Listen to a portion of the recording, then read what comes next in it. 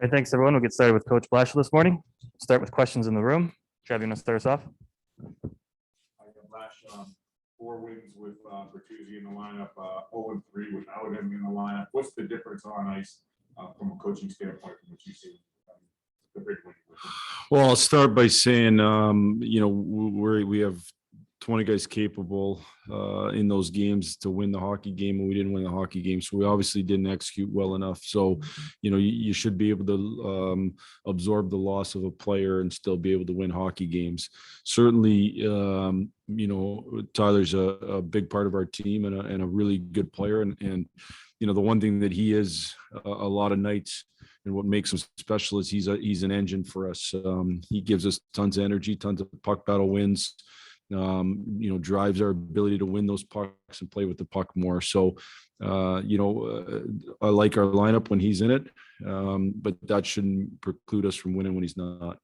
He's also got 11 points in his last 8 games against Boston, against a particular team. Why do you see him rise to the occasion? I can't answer that. I don't know that it's necessarily. I mean, I think we went through a little stretch where we had some success against Boston after a stretch where we didn't at all. But I would just say that again. I think Tyler can produce offense against really, really good, hard defensive teams because he's a hard player who gets those to the net front. And so the fact that he's able to have success against a real good team that's always really good defensively is because of the fact that he plays the right way and he gets those hard areas. Your rookies lead the NHL with 19 points so far. Are you surprised by the offensive production you got from your rookies early on? And what are your thoughts on that?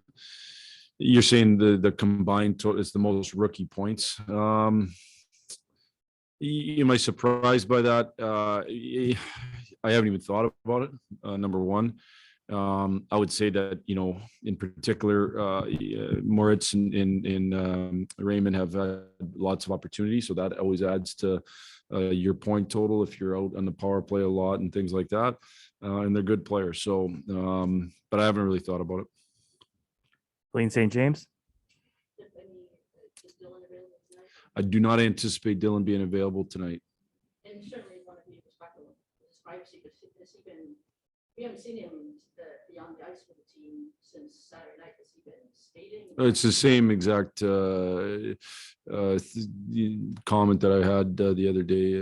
Right now he's away for personal reasons, and I'll leave it at that. So he's not. Again, right now he's away for personal reasons, and I'll leave it at that. Max Boltman.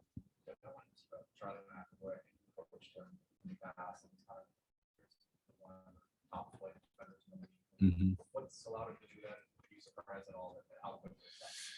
Charlie, I have had the opportunity to coach Charlie a couple of times at the World Championships. He's an outstanding competitor.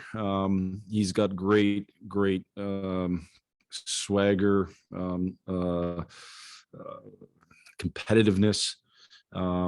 His makeup as a person, I think, is what makes him special. He's certainly got physical attributes. He's a good sized guy. He's got good ability, but his makeup as a person to me is what separates him. That confidence to him without being cocky, that competitiveness, that desire to win, the hockey smarts. I think all those things combined have made him a really, really special player. I know in the past you've kind of shown different players maybe put some background in the league. Is he a guy you look at with Moritz at all? Someone similar. Yeah, potentially.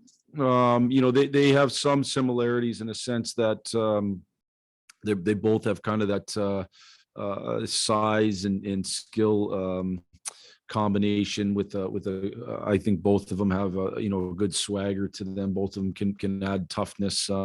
He's somebody we haven't talked tons with Moritz about.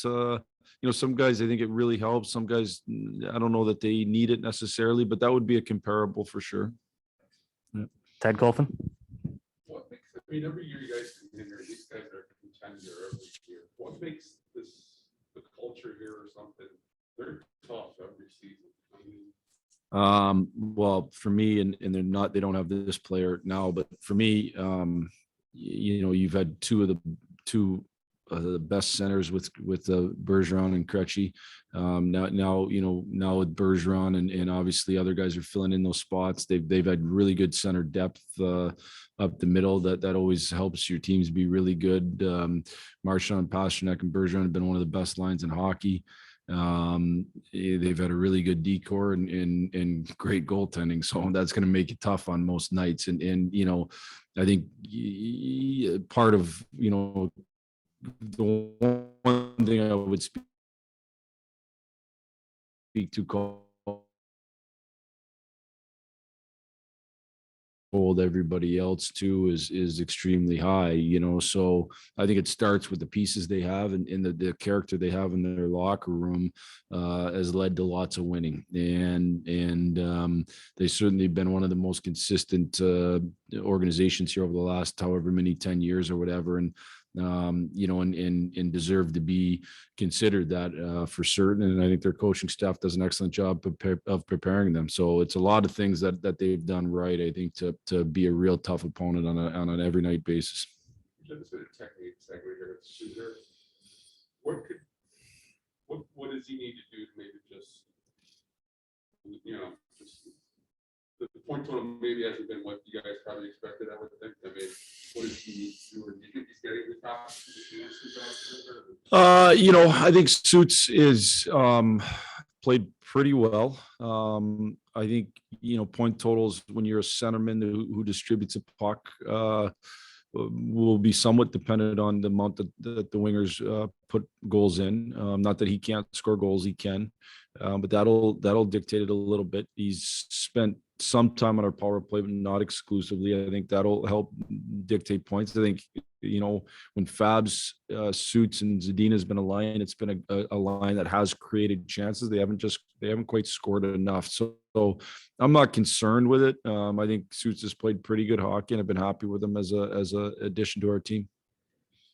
We'll get to Bert for a second. It won't be an issue here going forward here for a little while, just a couple months. But have you guys talked to him at all, or just listen to his stance or whatnot, or approach him about the whole thing? I've had lots of conversations with Bert about a lot of things, and certainly, this is part of the conversations that I would be around this. But as I said to you guys multiple times, I have a great amount of respect for Bert as a person, a great amount of respect for him as a player. The NHL allowed players to make a choice with consequences, and he's made that choice, and I respect his decision in that. So it's not something we talk about a lot. It's not something ultimately that's his decision to make. He's made it, and I'm more worried about when he's with us, how well he plays, and when he's not with us, how well everybody else plays. And I think there's times, like I said, we've had good enough lineups to win. We got to find ways to execute better. Last one, everybody else has opinion on it. It's the whole Jack Eichel trade. What do you think about it? I don't try not to express my opinion publicly on other people's business. Unless you're in the middle of those things, it's really hard to say much. I've coached Jack a couple of times at the World Championships. I'm a fan of Jack Eichel, and I certainly wish him the best of luck. Thank you. Yep. Answer Khan. I like the other way. Thanks, Jeff. Just one quick one. Only 4 goals this year in the first period. It seemed like earlier in the season you were getting off to better starts, but not lately. What are you seeing there? Well, number one, obviously we haven't scored enough early. I agree with you. I thought we got off to good starts early, and we haven't scored necessarily.